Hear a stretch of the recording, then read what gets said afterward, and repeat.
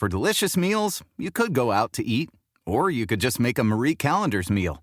Marie Callender's classic chicken parmigiana bowl is so good, it has marinara sauce that's made from scratch and creamy mozzarella cheese over pasta. It's delicious with no artificial flavors, colors, or preservatives and 30 grams of protein. You can find it in the frozen aisle. Marie Callender's, what having it all tastes like. Hello, everyone. The clip you're about to hear is from one of our exclusive Patreon episodes, and just like all of our other episodes, it will include major spoilers. You've officially been warned. If you'd like to hear the episode in full, just head on over to patreon.com/horrorqueers and subscribe today to get hundreds of hours of exclusive Patreon content, all for just $10 or less. Without further ado, here is your Patreon clip. This is not just one book, so I'm assuming you haven't read either the second or third book in this franchise. I have not, no, but we'll credit the author, Freda McFadden. She's apparently a very well-respected author of thrillers like this, and I looked this up on Deadline. She apparently has no less than 4 adaptations in the works of her stuff, but I think this is the only one from the Housemaid entries that is currently being adapted. Well, and I was like, well, cool. So Paul Feig can make a sequel, but like I've seen quotes from him recently where he says, because he's wanting to go back and do a sequel to Spy, which I was like, yes, right, please. Like, yes. I wanted that 10 years ago. Oh, God. But then I think because of it wasn't a muted reception to A Simple Favor, but it was less than enthusiastic, I'll say. Mm-hmm. Like, I think he's kind of like, oh, like, do I want to do another sequel and give people more of the same? And well, no, right. You want to give them a sequel that's, not more of the same. But it's weird that he's only considering sequels as well. Like, baby, you can do original titles. Look at this. But that being said, though, I'm assuming these sequels to this book only involve the Millie character, but I was kind of hoping she would team up with Amanda Seyfried's Nina, and like they would go, have adventures together. Let's Thelma and Louise this bitch. But yeah, I will recommend this as well. I'm waffling between a 3.5 and a 4. Like it was okay.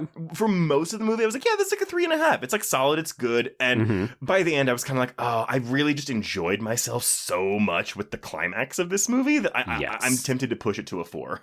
Okay, yeah, I think I settled around a 3.5. I do think it's solid. I think that the performances are, I'm going to say the E word, they're elevating this material a little bit because this is very pulpy, propulsive thriller territory. Like if you read lady thrillers, this is going to feel firmly entrenched within the subgenre. Yeah, this was, and I don't mean this as a negative, like it's a big budget Lifetime movie with elements of an early 90s domestic thriller like Sleeping with the Enemy.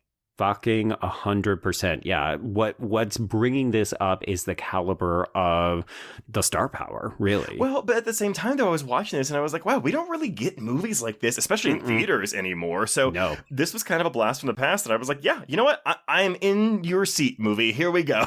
Yeah. And folks, we're recording this technically on the day the film comes out. So we don't know how it's performed at the box office, but it carries a budget of $35 million, which is wild because, hello, this is what mid-tier filmmaking used to look like. We basically don't make movies of this ilk anymore in terms of genre, but also in terms of budget.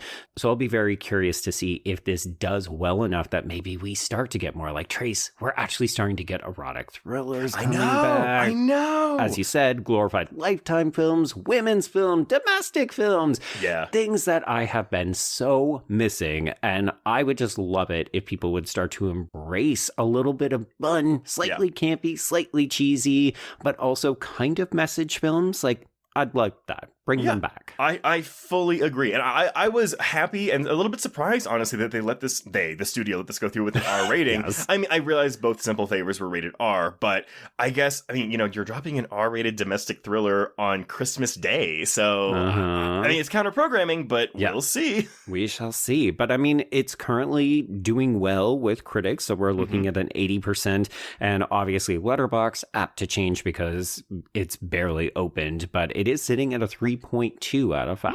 Yeah, that's pretty good. Well, okay, why don't we then go through some of this plot?